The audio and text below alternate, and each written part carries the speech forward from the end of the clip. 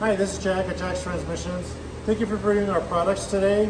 Today we're going to talk about the case O-rings for the DCT470, Mitsubishi SST, Evo 10MR, Mitsubishi Ralliart dual clutch transmission. So these O-rings, they go here and here in the case when you remove the odd cluster. These O-rings here are just environmental O-rings to prevent the bolts from leaking. These here are actually, they see pressure for the shift fork pistons for 2-4 and for 3rd and 5th. So these are pretty critical to get a good seal. These would be nice if they sealed well so you don't have any case leaks. So the OEMs are these O-rings. They're black in color, and they always go bad here. It seems like when the environment reaches these, they become brittle, they compress, and they deteriorate.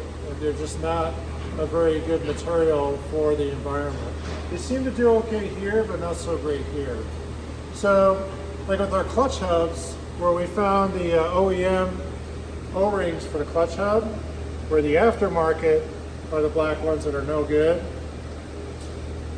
We figured out how these are made, what material they're made out of, and we duplicated that for these O-rings in the case. It's very strange that Mitsubishi had a quality O-ring like this in the clutch, but then got cheap with these O-rings in the case. It's so bizarre. But anyway, these O-rings, all 4 of them are exactly the same. We carry them in stock. These are custom made to be like a chemical resistant material where they're not going to be affected by the environment. Things like battery acid can get on these. They're not going to be destroyed. They'll be just fine. And they're going to withstand the pressures of the shift fork area. We carry these in stock. You'll need 4 for your transmission.